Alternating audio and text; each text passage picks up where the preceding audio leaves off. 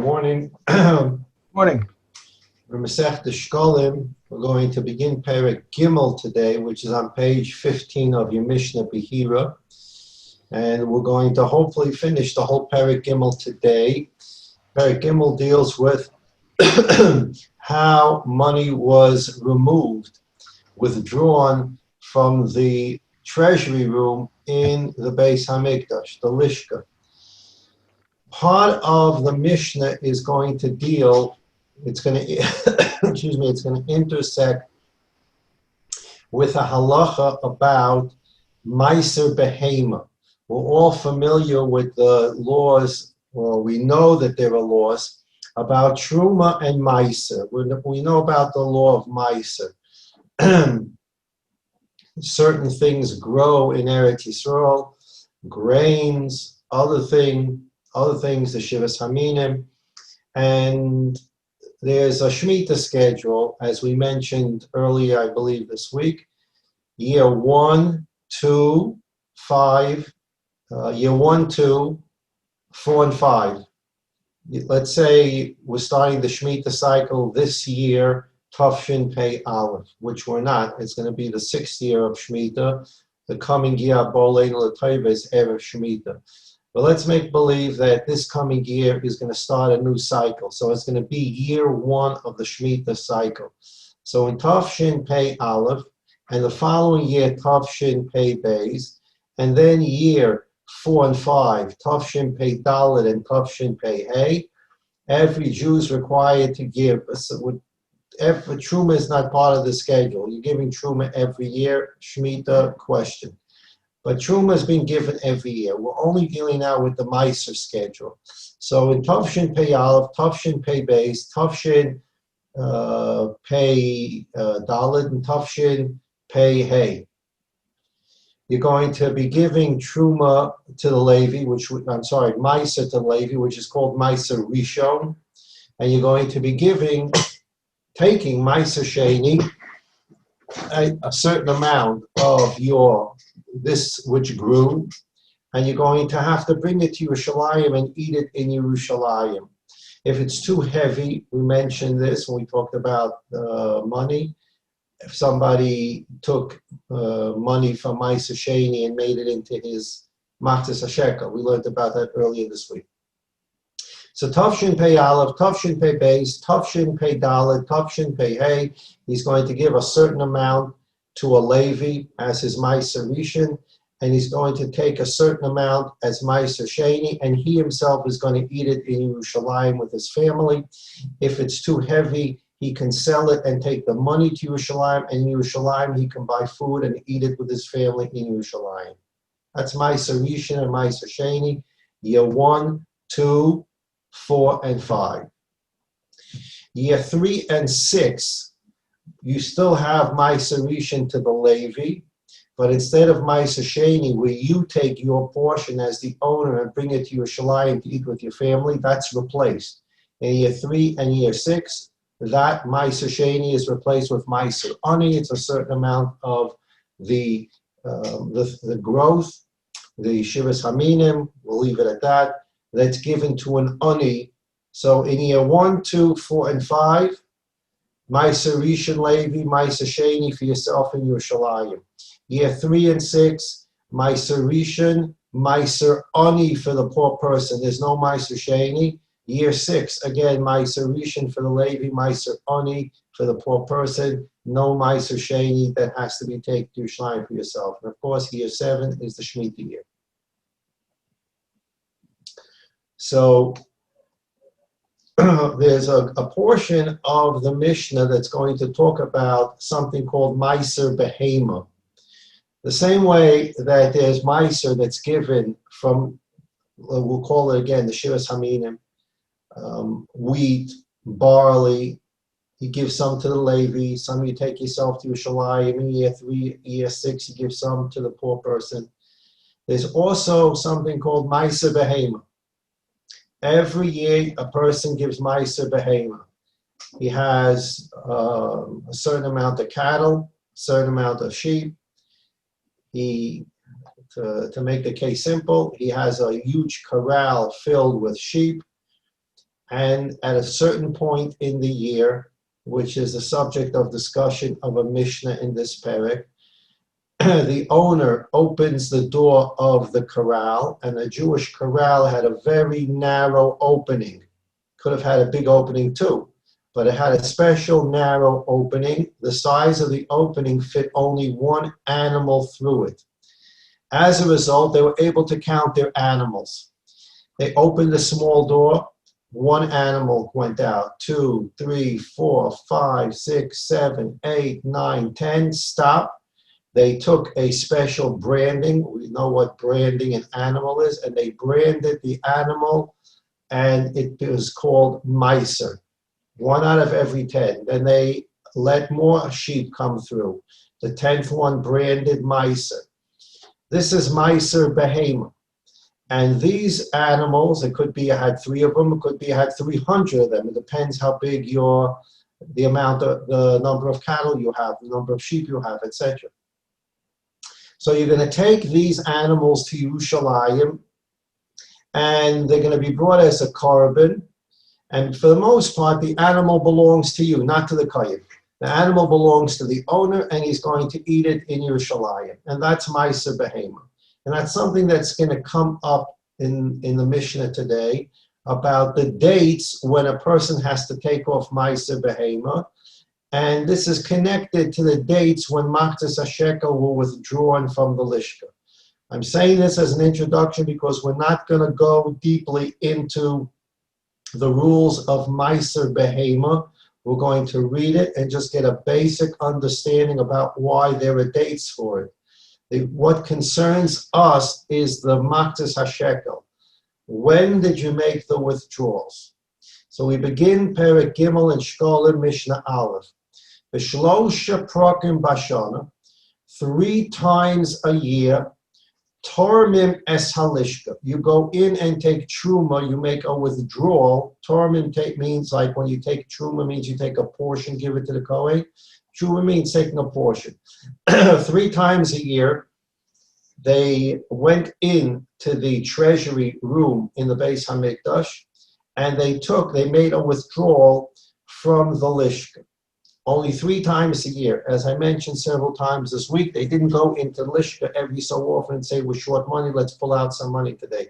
It didn't work that way. It was a very, very strict system of who goes in there, what clothing they can wear when they go in there, which we'll see in the Mishnah today. This was a strict banking system. It's public money that was donated. We don't have people going in every so often when they think they need money. It's a very controlled system. Everybody in Klal Yisrael knows today is one of the withdrawal dates. It's set on the calendar. It would be on a luach. Today's a collection day in the Beis HaMikdash. They're going to make a withdrawal. Today's a withdrawal day. They're going to make a withdrawal. And then the calendar a couple of months later would say, today's withdrawal date number 2. And then a couple of months later on the calendar says withdrawal date number 3. Nothing is hidden. It's public money accounted for to the public. So everyone knew when a withdrawal is going to be made, and it was only made 3 times a year on set days, so everyone knew when. Remember, everybody has contributed to this money. So everybody owns some of that money in that group. And everyone's entitled to know what day withdrawals are being made, only done 3 times a year. So the Mishnah says, B'shlosha prokim bashana, 3 times a year, Tormim es halishka, somebody went into the Lishka and made a withdrawal.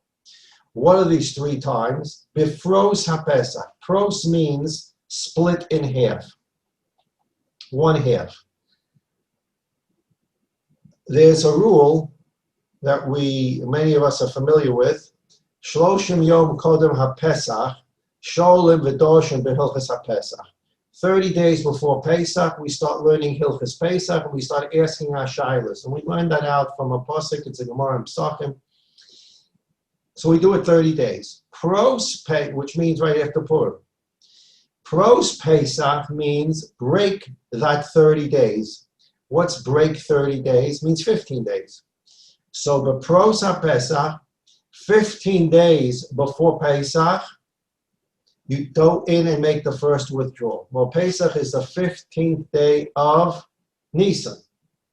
Pros Pesach means 15 days before that. I'm not going to go into, there's a machlokes where the Pesach is counted, and therefore it's 15 days before Pesach, including Pesach, or is Pesach not counted and you begin the 15 days from Erev Pesach?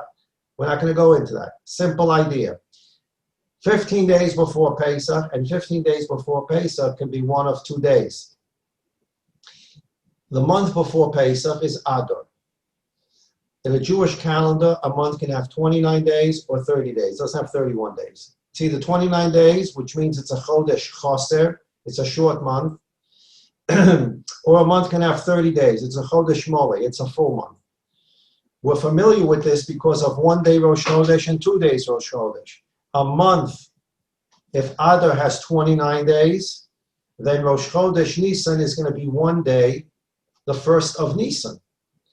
If Adar has 30 days, then the first day Rosh Chodesh is going to be 30 Adar. The second day Rosh Chodesh will be 1 Nisan. So a month that has 29 days, the next day, the first day of the next month, that's the day of Rosh Chodesh, it's only 1 day. If it's a full month and the month has 30 days, the 30th day is the first day Rosh Chodesh, excuse me, and the next day is the Rosh Chodesh of the first day of the next month. We have a set calendar today, so we know what day is going, how many days every month is going to have. We don't have the system that they had at the time of the Beis Hamikdash, where the witnesses came and Beis had to declare when the new moon was seen. 1 day, 2 days. That is a very complex subject. We don't have that system. We have a set calendar. So, for example, we know, and this is the way it's been set, Elul will always be 29 days for us. Always be 29 days. Elul will not be 30 days for us. So when is Rosh Hashanah then?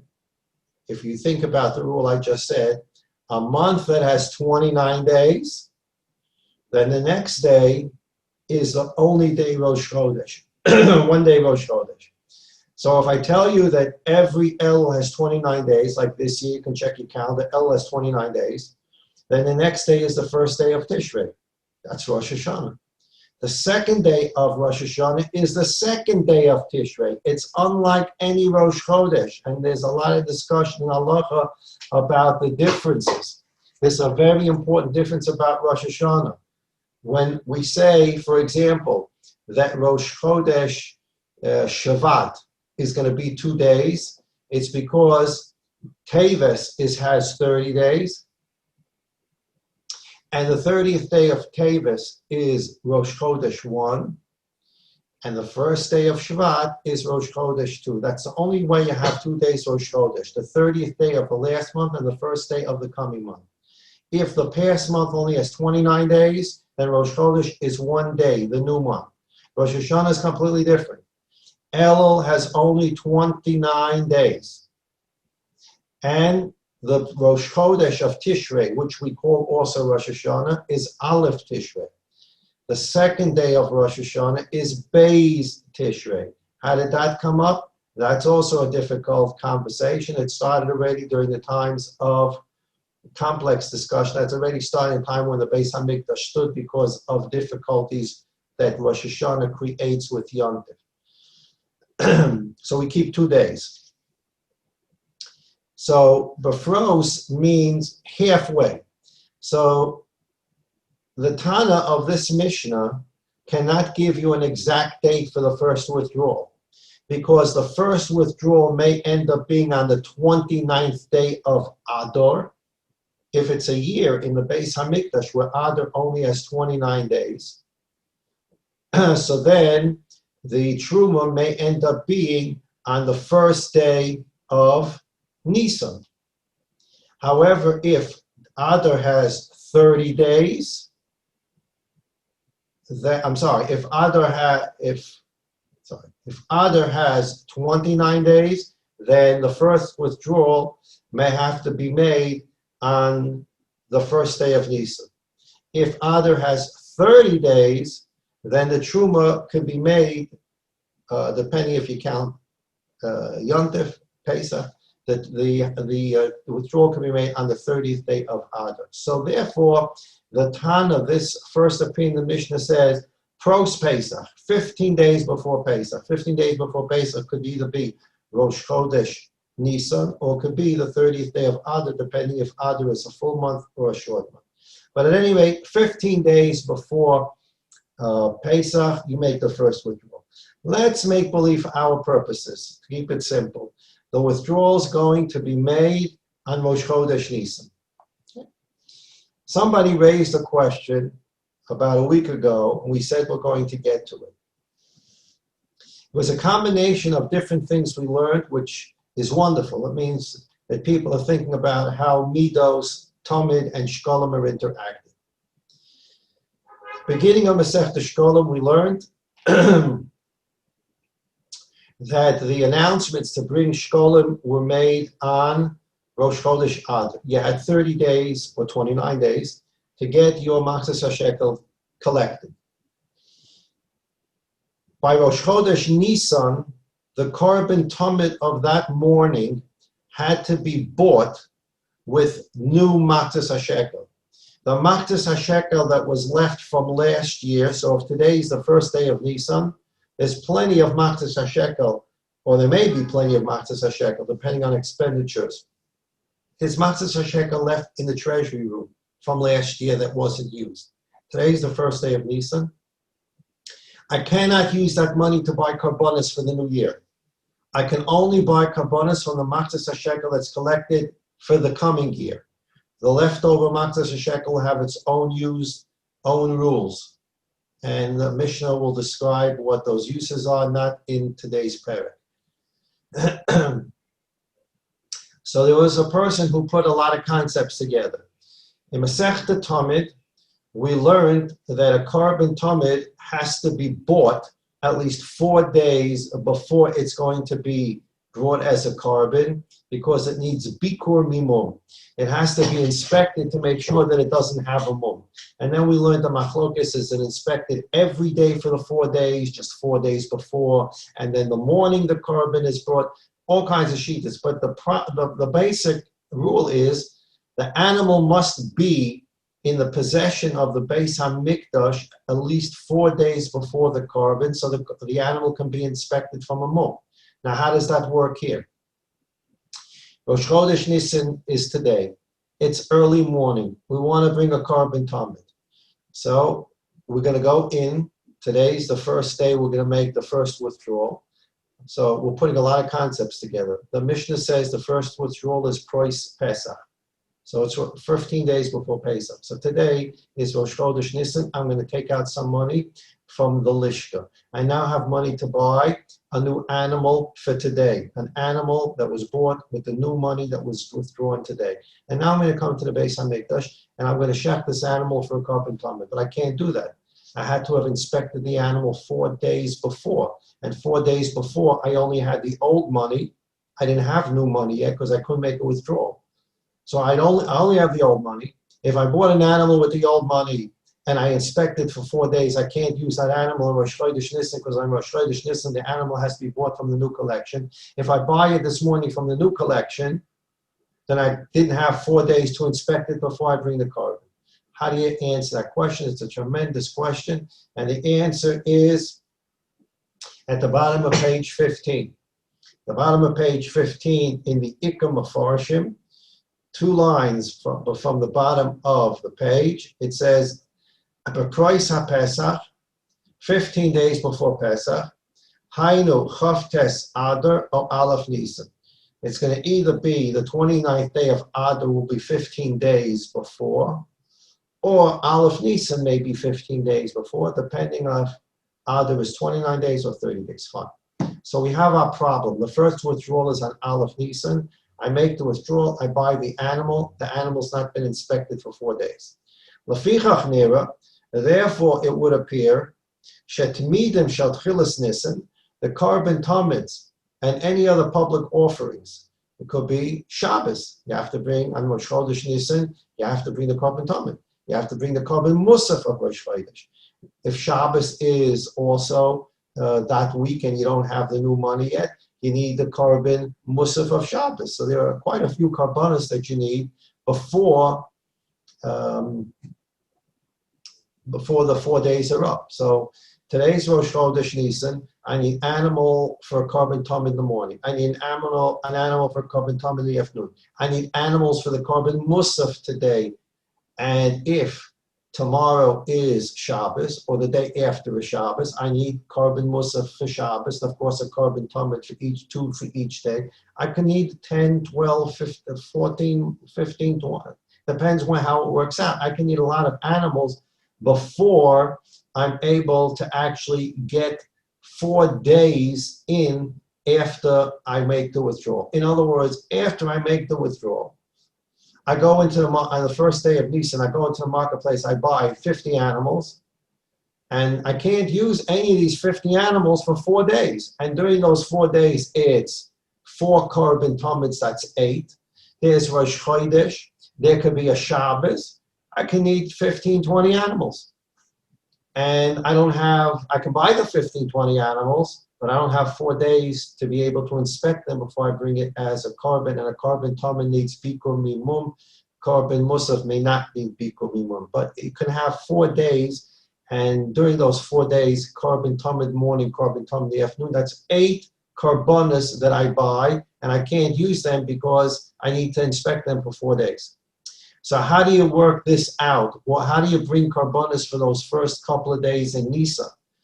Lefichach nira shetmidim shel tchilas Nisan niknu b'hakafa. The tmidim, the korban tamid that is bought in order to bring it as a korban tamid in the early days of Nisan, niknu b'hakafa. They were bought and charged, quote unquote. The person who was in charge of, I'm using the word charge in 2 different ways. The person that was designated to go into the market and buy the animals for the beginning of Nisan, he went into the marketplace as a representative of the Beis HaMikdash, and he charged it to the credit of the Beis HaMikdash. He did this 4, 5, 6 days before Rosh Chodesh Nisan. He didn't pay for it with the money from the old Maseches HaShekel, because then you can't bring it on Nisan. He can't use new money because he can't go in to make withdrawal till Rosh Chodesh Nisan. So what did he do? Went to the marketplace. He said, for the Beis HaMikdash, I need 8 animals, and I'd like to charge them to the credit of Beis HaMikdash. So he didn't use the old money, he didn't use the new money. And then Rosh Chodesh Nisan, he had enough animals now, and he had the 4 days to inspect them. Rosh Chodesh Nisan, someone went in and made the first withdrawal, went back to the marketplace, and from that first withdrawal paid off the charge of those animals for early part of Nisan. Lefichach nira, again, 2 lines on the bottom, shetmidim shetchilas Nisan niknu b'hakafa. Hakafa means charge and credit. V'shulmu, and the credit was paid back l'achar shetarmu trumas halishka. After the trumas halishka was done on the first day of Nisan, a person went and paid back the seller who sold these animals on credit. Okay. Back to the Mishnah. 3 times a year you make your withdrawal from the Lishka. Prois HaPesach, 15 days before Pesach. Prois HaTzeres, 15 days before Shavuos. Shavuos is the 6th day of Sivan, so 15 days before that is about 21 Iyar. Again, do you count the day of Shavuos or you don't count the day of Shavuos, but it's about the 21st day of Iyar. And B'pros HaChag, 15 days before Sukkot. 15 days before Sukkot sounds like it's Rosh Hashanah, or it could be the last day of Elul. That's not 100% clear right now. At any rate, these are the only 3 times, V'hengranos l'maisa, and this is the time that is set for Maisa Behema, Hengranos l'maisa Behema, Divrei Rabbi Akiva. Rabbi Akiva says, for our purposes, we're learning Shekalim. Rabbi Akiva says the 3 withdrawals that are made from the Lishka, 15 days before Pesach, 15 days before Shavuos, 15 days before Sukkot. Now that doesn't sound like it's being done. You would think if there are 3 trumas, go in there and make 3 withdrawals, and the 3 withdrawals need to serve you for 12 months. So you should make a withdrawal on the first day of Nisan, Iyar, Sivan, Tammuz, and then you make one first day of Av. It should be done quarterly. You're doing it 3 times a year in 12 months. Every 4 months you should make a withdrawal. That's not how it worked. They did it 15 days before Pesach, and then pretty soon after that, a little over 7 weeks later, they made another withdrawal before Shavuos, and then they made another one before Sukkot. And the reason for that is given by the Mefarshim. But those are the 3 dates. It's not a quarterly withdrawal. And this is Rabbi Akiva's opinion, and this is everyone's opinion. The differences of opinion that we're going to see from now to the end of the Mishnah, which we're going to read quickly, have to do with Meiser Behema. They do not have to do with the withdrawals of the Beis HaMikdash.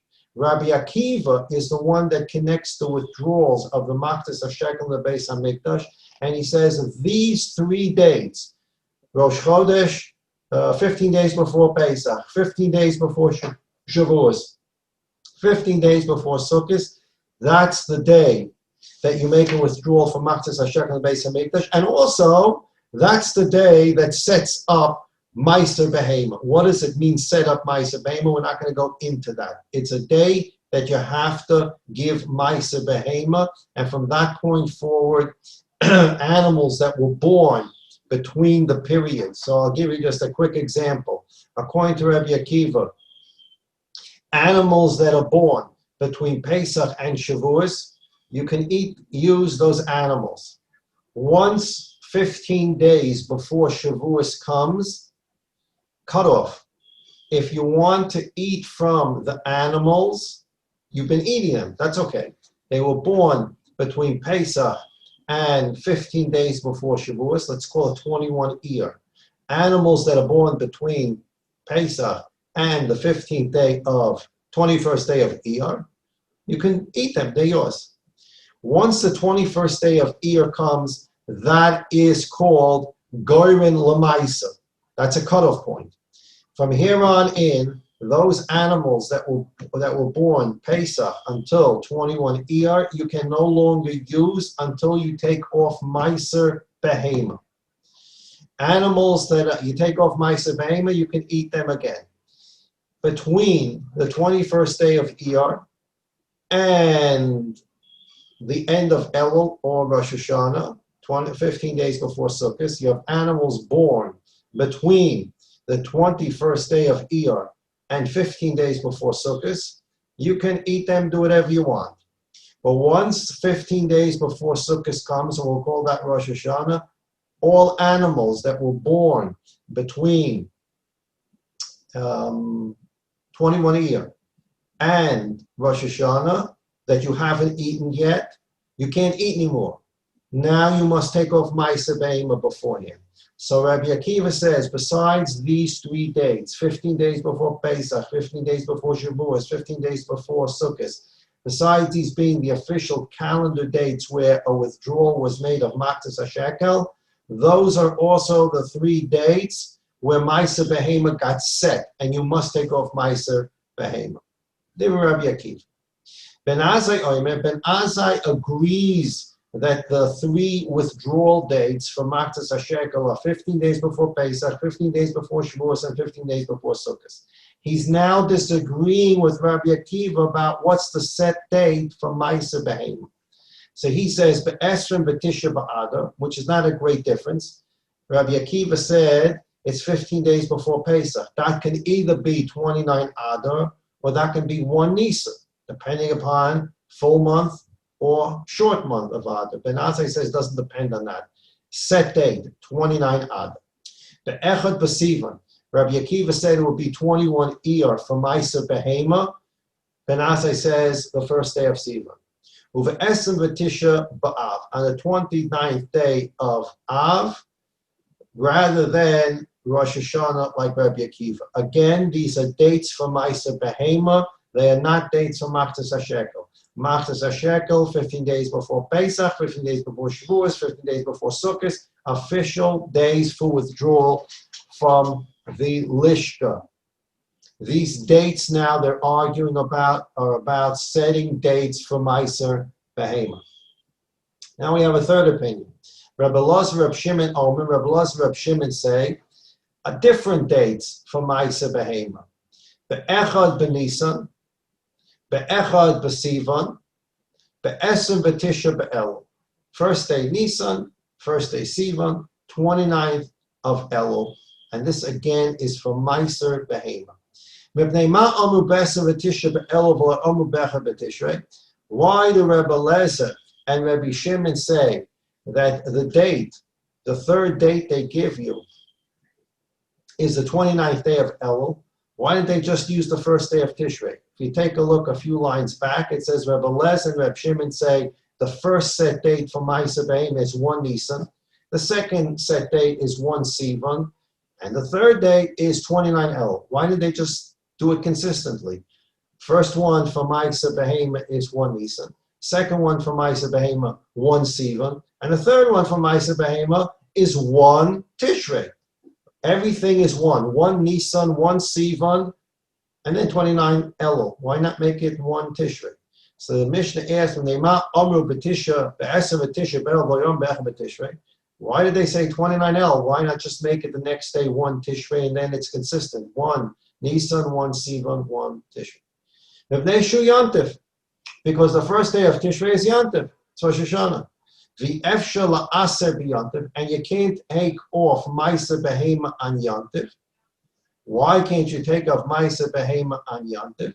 So one of the reasons given is we explained how Ma'aseh Behema is done through the corral opening, and every 10th animal that came through the corral opening, they branded it with ink, and you can't brand with ink on Yontif. So therefore, Rebbe Lezer and Rebbe Shimon say, since you can't do the branding on the first day of Tishrei, which is Rosh Hashanah, a day before is the date for Ma'aseh Behema. So it's 1 Sivan, 1 Nisan, 1 Sivan, and 29 Elul, not 1 Tishrei. At any rate, that's all Ma'aseh Behema rules about the day deadlines to take off Ma'aseh Behema.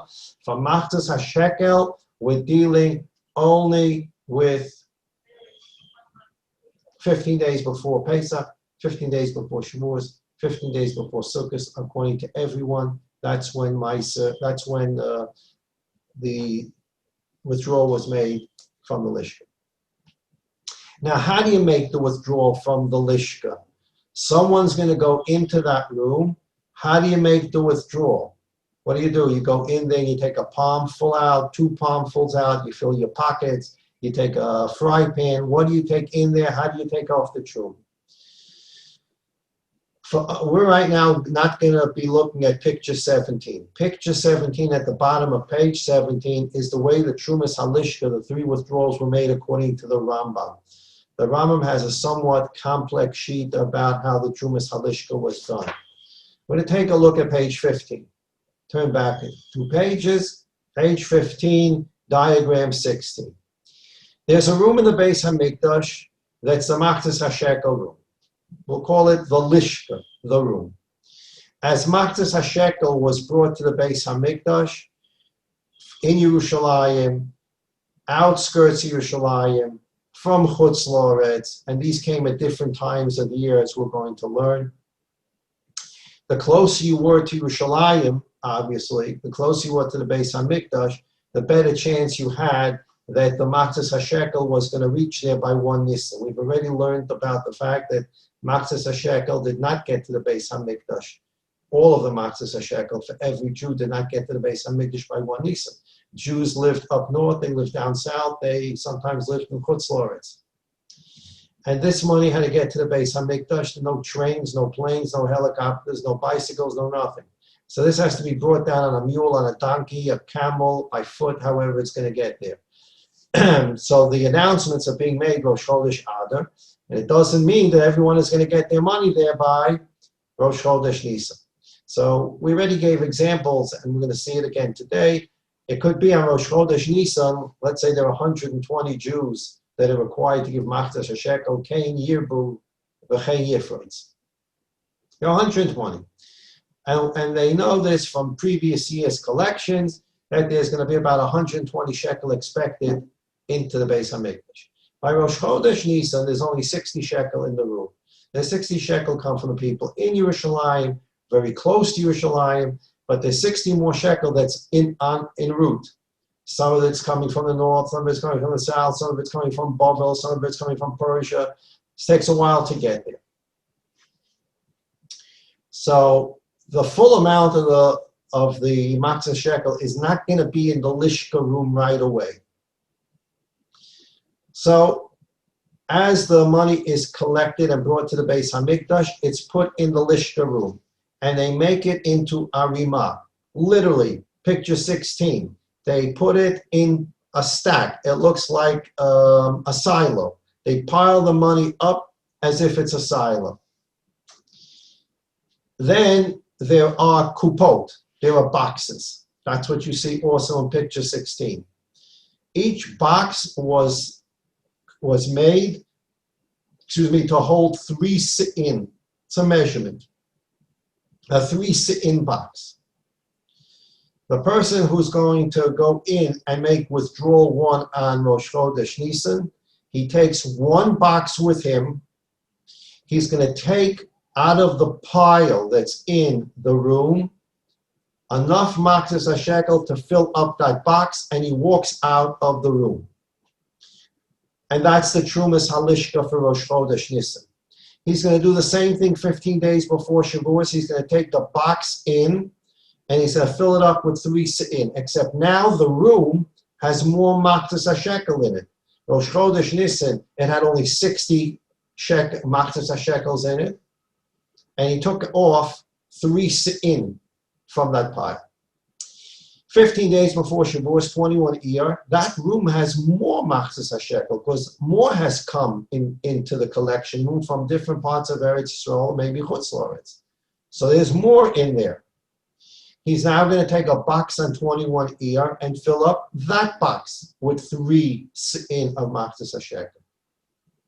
Then he's going to go in to the room again 15 days before Sukkot with the box. And now that room has again more matzos hashekel from that which was brought to the Beis Hamikdash between 21 Iyar and Rosh Hashanah. You're going to fill up a 3rd box. So the box is filled 3 times a year. Each box has 3 sit-in. That means 3 times 3 is 9. During the year, 9 sit-in of matzos hashekels were removed from the room. Anything that was left over after that 9 sit-in was shiyarei halishka, leftover money, and there are rules what you can do with that leftover money, which we'll see later in the Maseches. So now the Mishnah tells us, that's the picture 16 on page 15. The room has this pile of money. 3 times a year you go in with this box that holds 3 sit-in and fill up the box. You do that 3 times a year, you've removed 9 sit-in of matzos hashekel throughout the year. Those are the only 3 withdrawals from matzos hashekel, these official withdrawals. So the Mishnah, going back to page 17, b'shlosha kupos, in 3 boxes, shall sholosh sit-in, with each box being 3 sit-in, torah min es halishka. You make the withdrawals, the 3 withdrawals. Each withdrawal is made with 1 box that holds 1 sit-in. The kosav behen, and on each box it said Aleph, Beis, Gimel. So now we actually have a Mishnah that uses the word Aleph, Beis, Gimel. During the year, we said there are going to be 3 withdrawals. You don't use the same box. There are 3 boxes. One has the letter Aleph on it, one has the letter Beis on it, one has the letter Gimel on it. Rosh Chodesh Nisan, the person goes into the room and fills up a box that has the Aleph on it with 3 sit-in of matzos hashekel. 15 days before Shavuos, or 21 Iyar, he goes back in and fills up a different box that has a Beis on it with matzos hashekel. He goes in 15 days before Sukkot, assuming that's the end of Elul. We don't, maybe he did it Rosh Hashanah. Okay, it depends how you calculate the 15 days. He goes into the Lishka with a box that has a Gimel on it. And he fills up that box with 3 sit-in of matzos hashekel, and 3 withdrawals are made. Why couldn't he reuse the same box? Simple. The first withdrawal was made on Rosh Chodesh Nisan. The box is full, 3 se'in of Machzas HaShekel. That's plenty of money to buy animals for pay between Rosh Chodesh Nisan and 21 Iyar, and there's still going to be money left in box Aleph. On the 21st day of Iyar, he's going back into the room, and he's not going to fill up box Aleph. He's now going to fill up box Beis. Why? Because you have to finish Aleph before you can start using Beis. 21 Iyar, he's filled up another box. And to make sure that the boxes, the Trumas Halishka, are used in order, that which I took out Rosh Chodesh Nisan should be used, spent first. That's the Trumas Halishka. You don't just walk away from it. You took it out Rosh Chodesh Nisan for a mitzvah. You do the mitzvah with it before you go to the next mitzvah. So Rosh Chodesh Nisan, he took out 3 se'in in the box. He comes to 21 Iyar, there's still money in that box Aleph. He therefore needs another box that's marked Beis, and there's no mistakes made.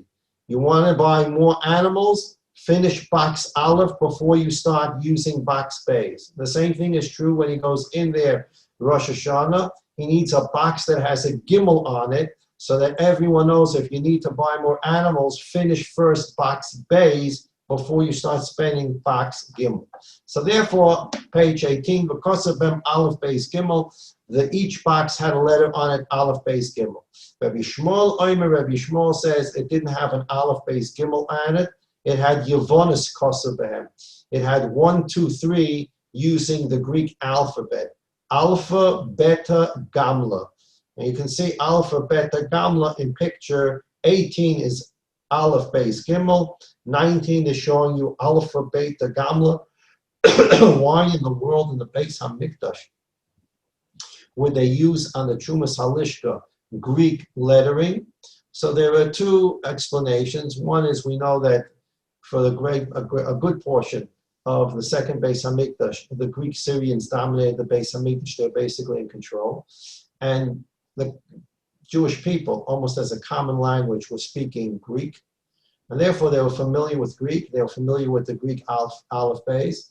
And we know that second Beis HaMikdash, the Kohanim Gedolim, and the work in the second Beis HaMikdash was not A+ as an understatement. So they needed people at work in the Beis HaMikdash who can read. And most people at that time, even in the Beis HaMikdash, were reading Greek letters more than the Hebrew letters. The other explanation comes from the Gemara in Ksubah, a Gemara in Megillah.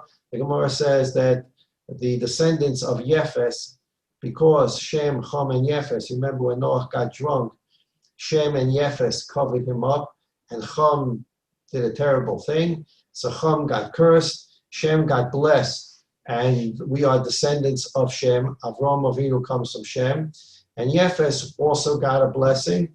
But from Yefes, one of the descendants of Yefes is Yavan, and the bracha, Noach gave Shem a bracha, Noach gave a klola to Cham, and Noach gave a bracha to Yefes, and the bracha he gave to Yefes was Yaft Elokim liyefes v'yishkein bo Shem. The beauty of Yefes should have a place in the tent of Shem. Yaft Elokim liyefes, Yefes is the name of the son, Yaft, Yafeh, Yaft Elokim liyefes. God should take some of the beauty of Yefes, v'yishkon bo Shem, and he should allow it to be in the Beis HaMikdash. So therefore, the Greek language, which quote unquote the Gemara says is the original Greek language is a very beautiful language. So that beauty of Yefes had a place in the Beis HaMikdash on these kupot, these boxes for the Matzah Shekel. Okay, so we now know a couple of things. Only 3 withdrawals a year, 15 days before Pesach, 15 days before Shavuos, 15 days before Sukkot. Each box, only 1 box was used each withdrawal. Each box had 3 se'in. 3 times a year, that means they removed 9 se'in. Boxes had Aleph, Beis, Gimel on it. So you knew that you're going to have to finish spending Aleph before using Beis, and finish Beis before you start spending Gimel. Now we get to the the halacha of the person that goes in there. I said, the person that goes in there, what is he dressed in? And people may have said, what is he dressed in? What's the question about? So he goes, when you're going into the lishka, what's the difference what he's wearing? Pants, shirt, blue shirt, white shirt, kippah sruga, regular kippah. What's the difference what a person's wearing? So here we're going to have a yisoid in halacha that we're all familiar with, but we many times don't know where it comes from. The person that's designated to go into the room and to fill up a box. Remember, he's going into the room. There's a whole chamber of a pile of maktas hashekel, a wealth of money. He's going in there with a box from which he's only going to fill 9 se'in. And he can't go in there with a robe that has a hem. If you take a look at page 19, picture 20, the person that's going in to make the withdrawals can wear a robe, but his robe cannot have a hem on it. If it has a hem on it, then he can be the subject of a chshad. He can be the subject of suspicion. Fake news, true, not true. People like to talk. Mishnah is going to talk about that in a moment. And if he has a hem on his robe, people will say, he brought out the kuppah. Yeah, he probably stuck a couple of matzahs shekels into the hem. V'loi b'minol. You can't go in there with a shoe. Picture 21. People will say, yeah, he filled up the box. He took a couple and stuck them in a shoe. V'loi b'sandal. He can't wear sandal. Same reasons. He goes in there barefoot. V'loi b'tfillin. In those days, people wore their tefillin the whole day. He can't go in there with his tefillin. He can hide a shekel, a matzah shekel, under his shel roish, under his shel yad, no tefillin. V'loi b'kamiyah. Kamiyah is the amulet that people used to write and wear. We're not going to get into amulets.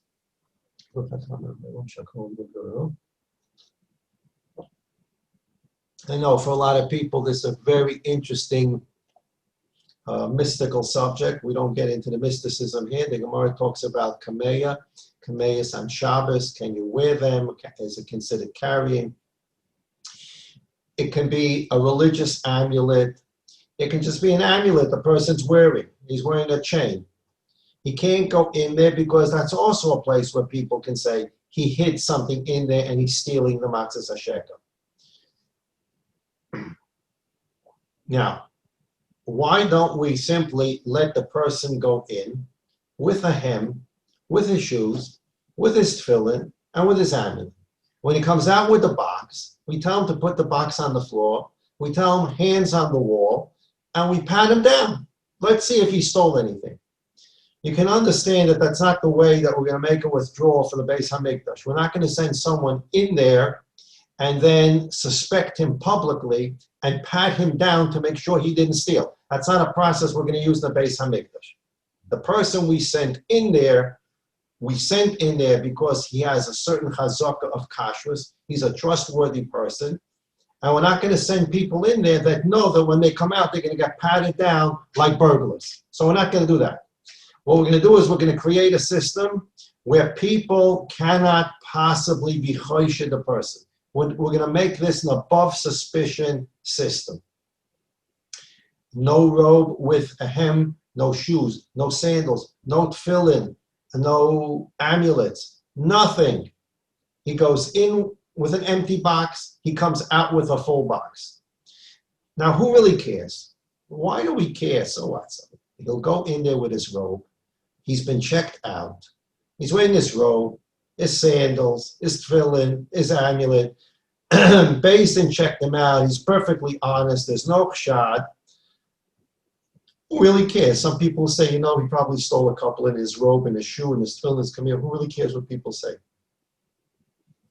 So the Mishnah says, Shema Ye'oni. It could be that after he gets sent in there and takes out the money, and he's wearing his robe, and he's wearing his shoes, his tefillin, his amulet, and after that, a week, 2, 3, 4 weeks, whenever it is, suddenly he loses all his personal money. He's a big real estate man. Beis Din was mechabed him to go into the lishka. He goes into the lishka with his robe, amulet, tefillin, shoes, comes out with the box.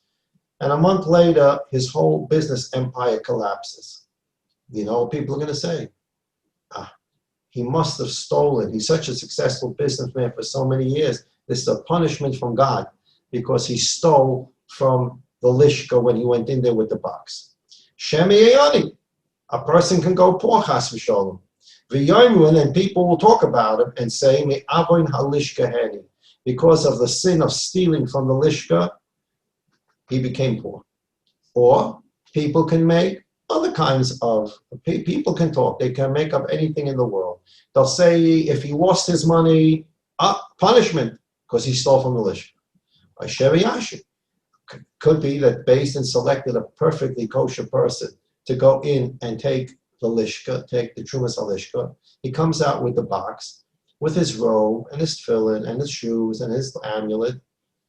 And he's just an average kind of person. And suddenly a couple of months go by and he becomes one of the wealthiest men in Eretz Yisrael. How did he get so wealthy? A couple of months ago, he went into Lishka with the shoes, with the amulet, with the tefillin, with the robe, with the hem. He probably pulled out a good couple of matzahs a shekel in those things, made a couple of investments. He became wealthy. He became wealthy because he stole from the Lishka. So if we allow people, we're not going to send people into the Lishka and then pat them down when they come back. That's completely unacceptable. But if we let people go in there with the amulet and with the tefillin and with the robe, with the hem, and with their shoes, if their circumstances change and they become poor after that, people say, he stole from the Lishka, which he didn't do. Or if he becomes wealthy, they say, he stole from the Lishka, that's how he became wealthy.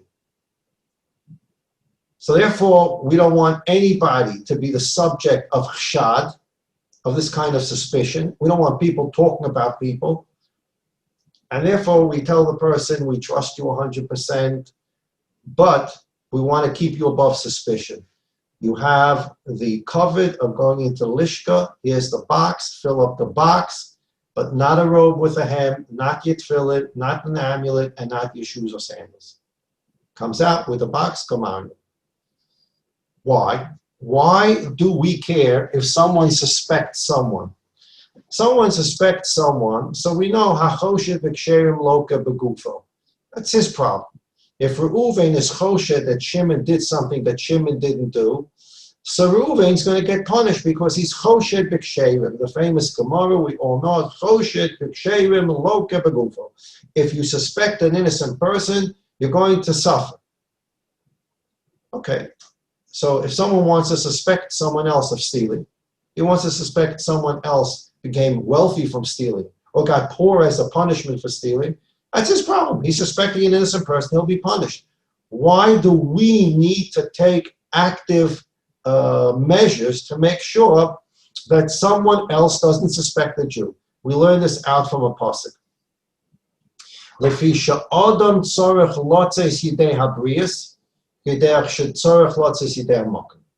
same way a person has to be yotze yidei makom, he has to make sure that he's conducting his affairs properly when he's dealing with God. A person has to be yotze yidei habriyas. He has to conduct his affairs properly in such a way that no one can be choshed him for doing something wrong. There's an obligation. We learn this from a pasuk. Shene'emar, the pasuk says, "Ve'yisem nekiyim me'Hashem u'miyisrael." This is where Reuven, Gad, and half the shevet of Menashe came to Moshe and said, we'd like to get our portion on the eastern bank of the Jordan, and we'd rather not cross the Jordan because we have a lot of cattle, etc. And Moshe Rabbeinu made a deal with them, and he made a t'nai. You have to go and fight with the Jews, and then you can come to conquer Eretz Yisrael, and then you can go back to the eastern bank. In that process, in that discussion, Moshe Rabbeinu said, if you fulfill your promise and you go and you fight with the other tribes and you conquer Eretz Yisrael on the west bank of the Jordan, then after the place is conquered, you can then return to the east bank of the Jordan and ve'yisem nekiyim me'Hashem Yisrael. You're then clean. You fulfilled your obligation to God and your obligation to the Jewish people. That's what the pasuk means in that context. The Mishnah is now telling us a rule that from that pasuk we learn out that there's an obligation to keep yourself clean and above suspicion. And not exactly the context of that pasuk. The context of the pasuk is when you, Reuven, Gad, and half Menashe fulfill your obligation by sending your soldiers to fight on the West Bank, and that's done, you can then go back to the East Bank and you're clean. You've satisfied your obligation. The Chachamim are now learning out from this pasuk in a slightly different context. You must stay clean and above suspicion, whether it's in the eyes of God or the eyes of man. You must conduct your affairs properly in the eyes of God. You must conduct your affairs properly in the eyes of man, so no one is choshed you.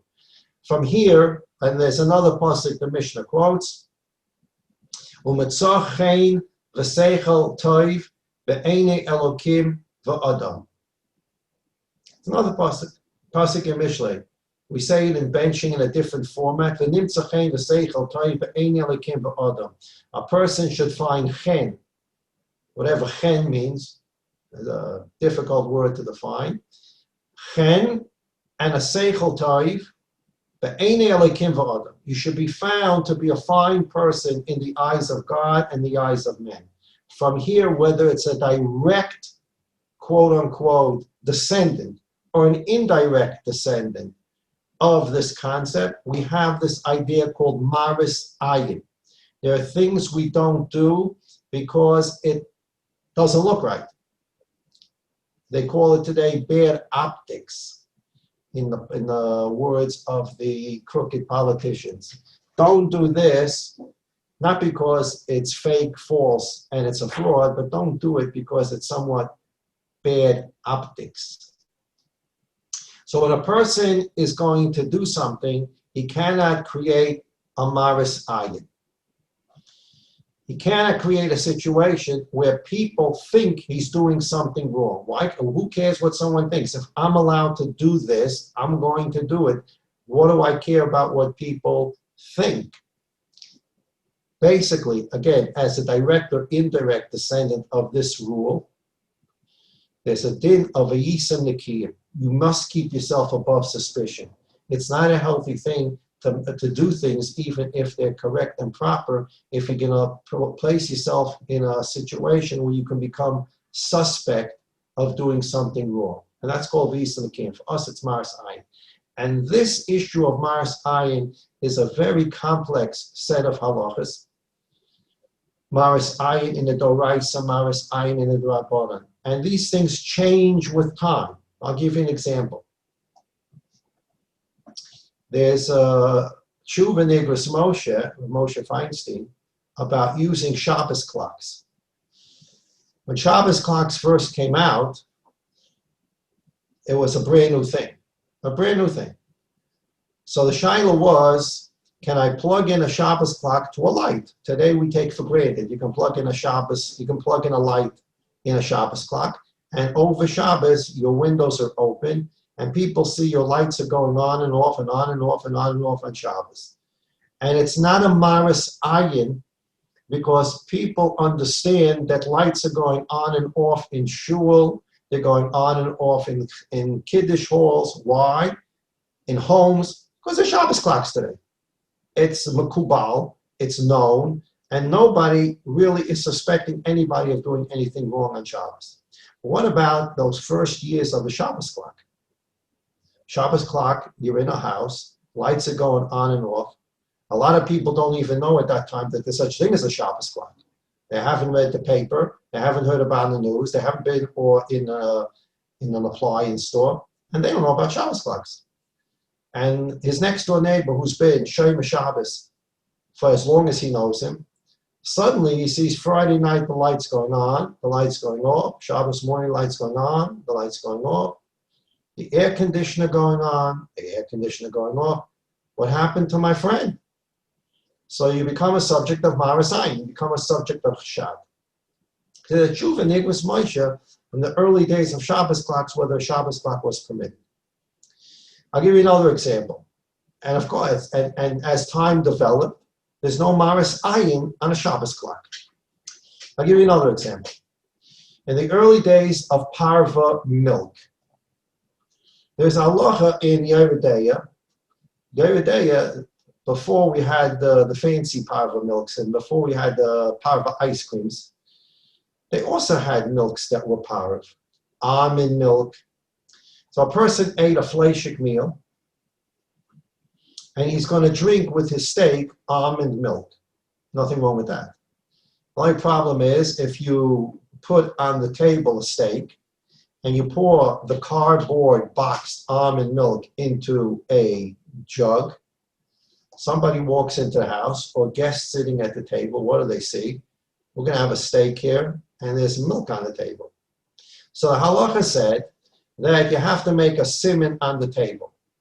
The meat, and what people used to do is they have either the almond milk container on the table and it said almond milk.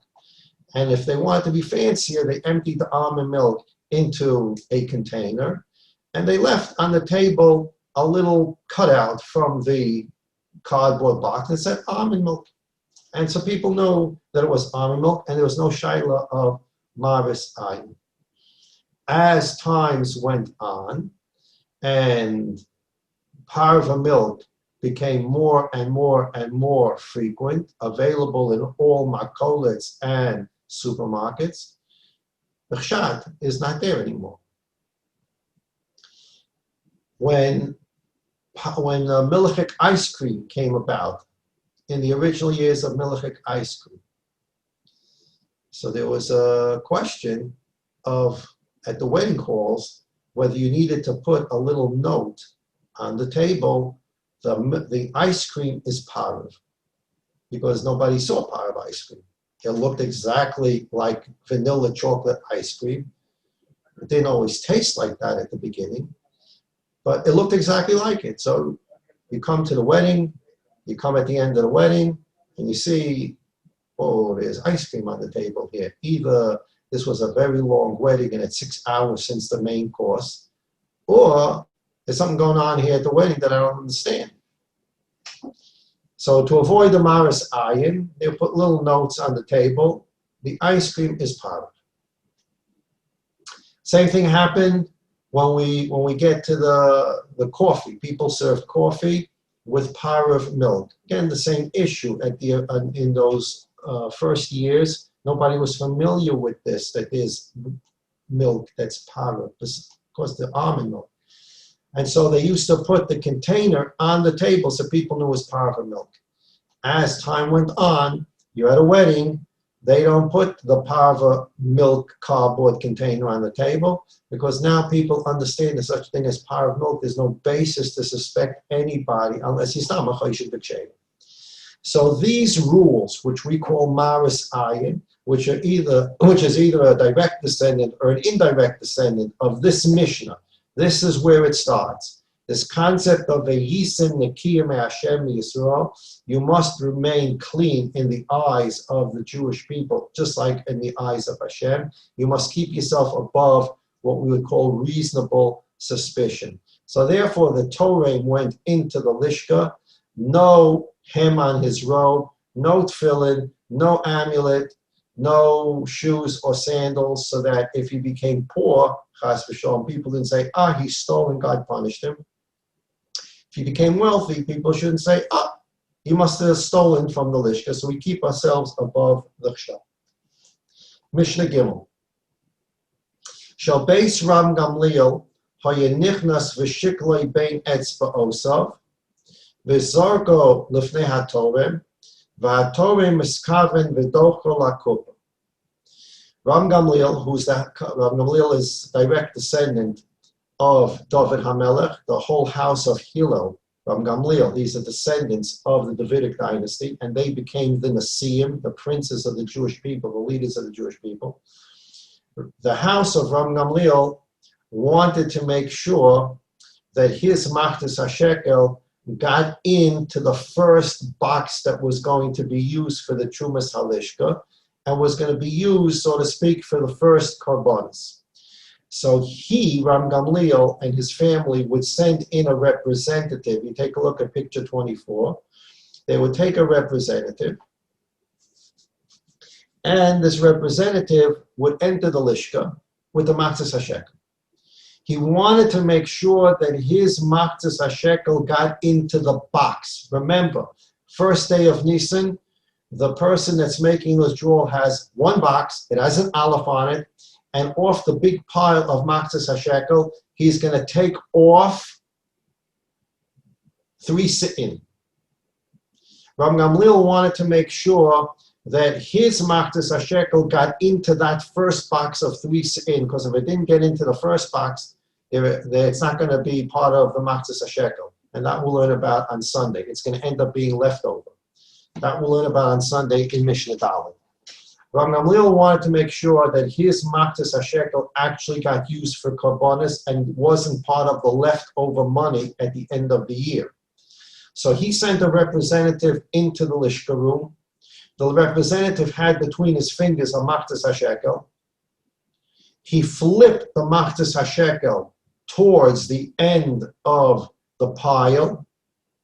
The person who is in there and making the withdrawal, he would sort of catch the matzah hashekel without catching it. He'll give it a little patch while it's in the air, and the patch would bang it into the box. So this way, Rav Gamliel, because he was the Nasi and his family, made sure that his matzah hashekel got into that first box, and that guaranteed that korbanos would be bought from his money. If it didn't get into that box and the money just went into the pile, that is not going to end up as being matzah hashekel money. It's going to be used for other things, for reasons we'll learn about on Sunday.